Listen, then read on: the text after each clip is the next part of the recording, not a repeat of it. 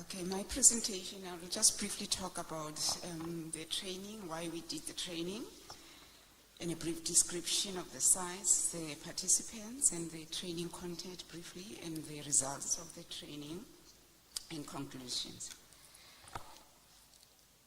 The South African education system has witnessed progressive legislative and policy reforms. We have new sort of reforms to address the inequalities of the past. One of these reforms is about educating the learners with disabilities.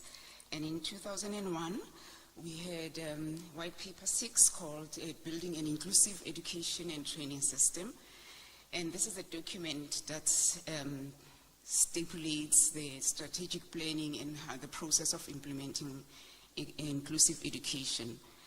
And one of the codes, it's talking about the aims, is saying it's about supporting all learners and all the education system as a whole. So it's about having a holistic approach to inclusive education and overcoming the barriers in the system that prevent it from meeting the full range of the learning needs. I think you can see the keywords there, it's about the system. It was no longer the old medical model. So we had a move from the old special needs kind of education towards an inclusive one, where the teachers and the professionals were going to be trained in terms of assessing and looking at addressing the barriers in the system and within the learners. And we had new roles now for the professionals and the institutions that we have now. They had new responsibilities. And the shift was from the old one, as I said, where we have the basis from the medical model, where it was about the child and having the child adjust to the classroom and all those things. And we are moving now to the social model, where it's about the support model, where all the learners need support. That fact is being recognized, and the environment had to be adjusted. So the training that I was involved in was a private company that sells AAC devices that got a tender from the government to supply the devices in the schools in the two provinces, Gauteng and Mpumalanga. So the way the inclusive education policy is structured in the country, we have the 4 levels that are working together. We have the national department, which makes the policies and sees to it that they be implemented, and the other level is at a provincial level, where the province also looks at the provincial policies, monitors implementation. And thereafter, we have the third level, that it's up with the district offices. In each province, we'll have numerous districts where they support schools in implementing the policies, and they monitor and support. And in those districts, we'll have a team which is at the core of implementing this inclusive education. It's made of representatives and from all professionals, including people specializing in curriculum planning, further education, and human resource development.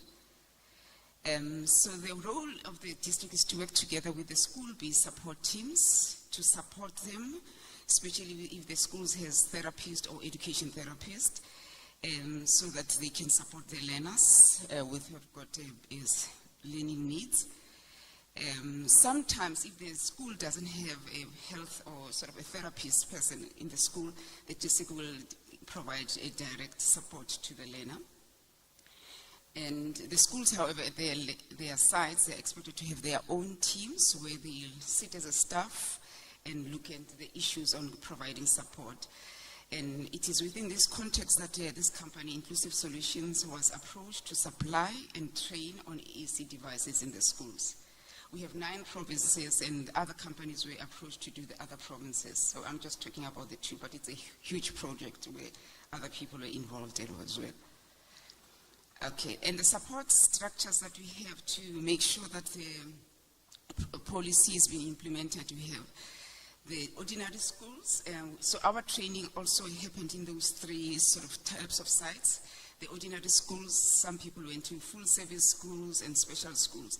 I did most of my training in special schools and in some full service schools. So according to the plan is that the personnel and the environmental experts will work together in providing this inclusive education. And the delivery arms of the inclusive policy is school level support teams, or what they call ILST, institutional level teams, and the district-based support teams. After they've done this, what we call the screening and assessment tool, which is being developed, it's not yet finalized, where the staff is being trained on how to assess and match the learner with the support that they need. So they will be ordinary schools will provide low levels of support, and the second level, the full service schools, will provide moderate levels of support, and special schools will provide the high levels of support. The training, the people who were involved was mostly teachers in the schools, in the settings. Some schools had therapists, some schools involved a social worker. Very few social workers available in schools, but there are some schools that have. And some provinces, the district officials came to the schools to attend, but very few district officials did attend. All in all, we were about 43 schools, 24 in Gauteng and 19 in Mpumalanga. I think all in all, it's close to 200 people who were trained, about 100 in each province. The trainers, it was mostly therapists, teachers, advocates, and we had a technician as well. We are all experienced in working with special needs population and all trained as AAC practitioners. The objectives of the training, which occurred over a 2-day period, two full days, which was, listening to the first speaker, who did 60 hours. Ours was very short, and as you can see in the challenges that I'll discuss later on, we can't do much in that time. So we worked on just orientating the participants to the AAC devices. You know, we had also software that was supplied to the schools by the Inclusive Solutions Company through the Department of Education.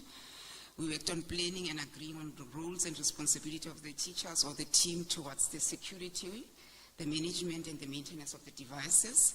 And we had to agree on the follow-up support in addressing the challenges that they're going to be experiencing. So this is the first part, the 2 points, and the follow-up support hasn't happened. It's going to happen in a few months' time. We'll be going back into the schools to provide this follow-up.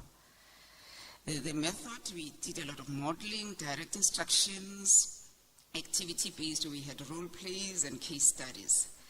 And so these are some of the devices that we trained on, like the computer access devices, like the joysticks, roller balls, and we had a lot of message devices, starting from a single message devices like Big Mac to this top of the range was these ones, Go Talk 20 and TechSpeak.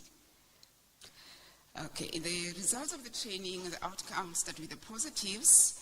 Indeed, it was very successful. A lot of the participants, they were enthusiastic and keen, and they felt that they were empowered. The comments that they said afterwards, this is based on the comments that they said with the groups after the training.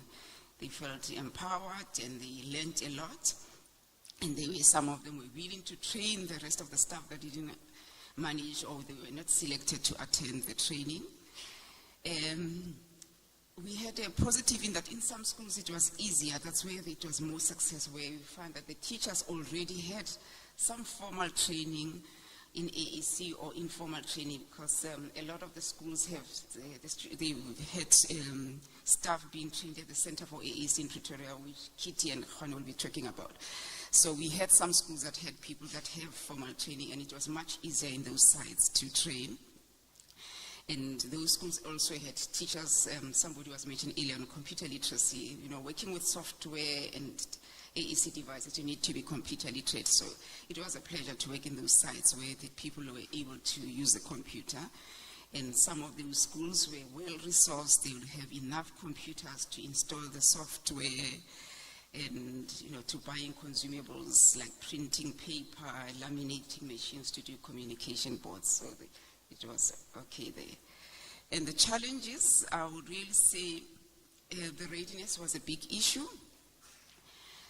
We felt that some of the schools were not ready, especially those schools that are I said they are called full service schools, where it's mainstream school that is going to be accepting learners who've got moderate or mild sort of support needs.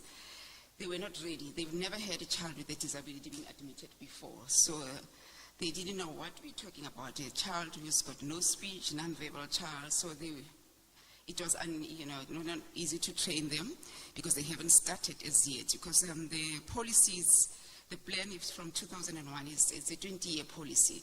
So those schools are being prepared already, but they haven't really started doing much. So it looks like the system is moving faster than the people on the ground. We had issue of security, where the teachers were concerned about safety. If these things, the theft, we have crimes in areas, so it was a big issue, how we're going to keep them safe. And also, I think the plenary this morning, Professor Emerson was talking about bullying. In the schools that I train, a lot of people complained about bullying, that even though there were special schools, there was so much bullying. So the non-verbal children would be bullied by the ones that are not, that are verbal, but having other disabilities, and they're worried that it's going to be taken, their devices might not be sort of safe in that kind of setting, because bullying was an issue. And also in some places we had teachers who were not ready for inclusion, and they're not understanding this policy. They still want to remain special schools and super specialized. They don't understand the process of implementing, going towards the social model in education. Access to technology was a big problem, where the schools, you would have one computer which is used in the administrative office by the secretary or receptionist of the schools, and having this lot of software that we brought to, and the software like the grid board maker, and where are they going to install? They didn't know, what are you going to do? We've got all this provided for us, but you don't have computer, we don't have printing. So there was access of technology, like even internet access in those schools. So I found that there was still a problem with the old problem of rural-urban divide, where the rural schools, especially in Mpumalanga, where we have a lot of rural areas, they're still struggling about these basic things, where they don't have computer sort of access, and they don't have, most of the teachers they're not computer literate, they've never worked with a mouse, and those who know the board maker and the grid, it's about mouse control, and it's a big problem, and the phobia of using technology is still rife in those areas. And also the issue of the previously advantaged against the previously disadvantaged school is still there. We find that the previously sort of in the old gyms, white schools still have a lot of resources, and the schools in the township, they're still poor, they don't have resources. There was still a bit of a problem in that sense.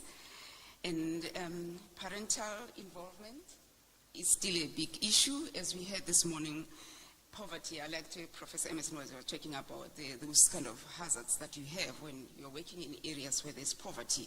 The parental involvement, it is a big problem in the schools. As soon as you talk about AAC, and the teachers will be excited, and they would realize immediately that we need parents to be involved, but it's going to be a problem. The parents in the schools are not involved. So in conclusion, I will say that what we learned from this process is that the training, that this kind of AAC training needs to be coupled with a number of processes. For example, in-situ training, where the teachers, they knew how to use the products, but they didn't know which child would be appropriate for which product, how to match the children. The issue of computer literacy, I think computer literacy has to be done well ahead before you can introduce sophisticated devices like this. The funding issue about, some schools, they didn't know where they will buy the printer, they don't have money for all those needs that go around with having this technology. There's no policy on assistive devices, so it is a problem how, when the schools are aware that this child needs something, but what is the policy? We still don't have that policy. The security, as I've said, is a problem. And the readiness and conducive environment, where the teachers actually are, the attitudes are changed around inclusive education, understanding the social model of education, and also being sort of trained into curriculum adaptation, because some of them would complain that I don't know how to include this in my in my curriculum. How do you adapt the curriculum with a child who uses an AAC devices? Finally, I would like to say toda raba to Bid EC Shapiro for inviting me and for the warm welcome and making me see this beautiful country, Israel. Thank you.